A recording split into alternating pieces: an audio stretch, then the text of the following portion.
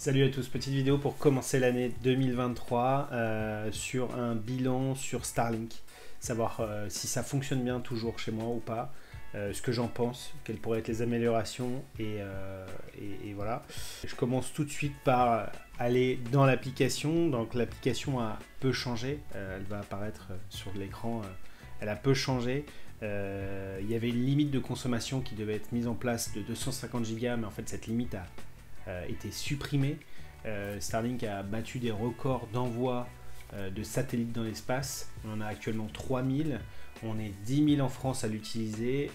Moi j'ai pas mal d'amis autour de moi et de connaissances à qui j'en ai parlé et qui l'ont pris ou qui vont le prendre pour changer de la DSL, de la fibre ou quoi est-ce.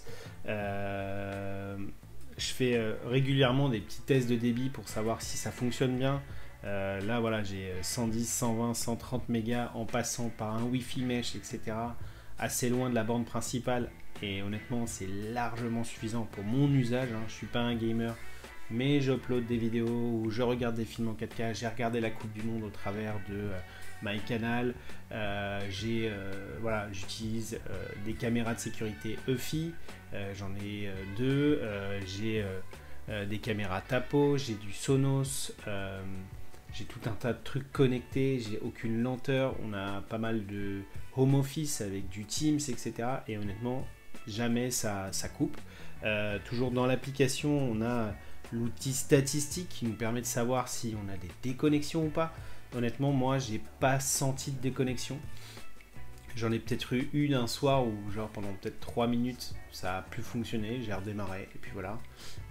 Moi, ce que j'ai mis aussi, c'est que j'ai une routine sur mes bornes Wi-Fi qui, en fait, redémarre tous les matins pour se réinitialiser et relancer un peu les connexions Wi-Fi. Honnêtement, aucune perte de connexion. De toute façon, on a toutes les stats en direct, minutes, seconde par seconde. Voilà. Le seul coût, on a donc le forfait à 50 € par mois, ça ne bouge pas. En ce moment, j'ai l'impression que le port Ethernet est offert. Ça, c'est un peu dommage quand même de ne pas avoir de port Ethernet au bas de la box principale. Donc moi j'ai dû en acheter une en plus qui était pour 40 €, mais je crois que c'est offert maintenant, à vérifier. Je vous le mettrai dans les commentaires.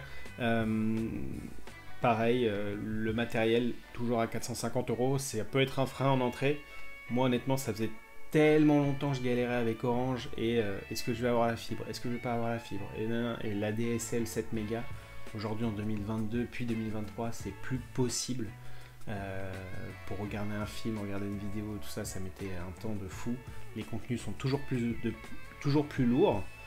Voilà, donc rien de particulier. Cette vidéo est assez courte. L'application est toujours là, toujours fonctionnelle. Voilà. Donc bilan de cette vidéo, oui, je garde Starlink pour la connexion principale à internet parce que honnêtement c'est stable. Une fois qu'on a absorbé les 450 € de matériel, ça reste 50 €. On est sur des standards classiques d'internet. Voilà. Donc je reviens très vite avec une nouvelle vidéo sur des produits connectés autour de l'environnement, HomeKit, Smart Life, Matter, les nouveautés qui arrivent, les nouveautés du CES, etc. qui commencent demain. Je vous dis à très vite et abonnez-vous.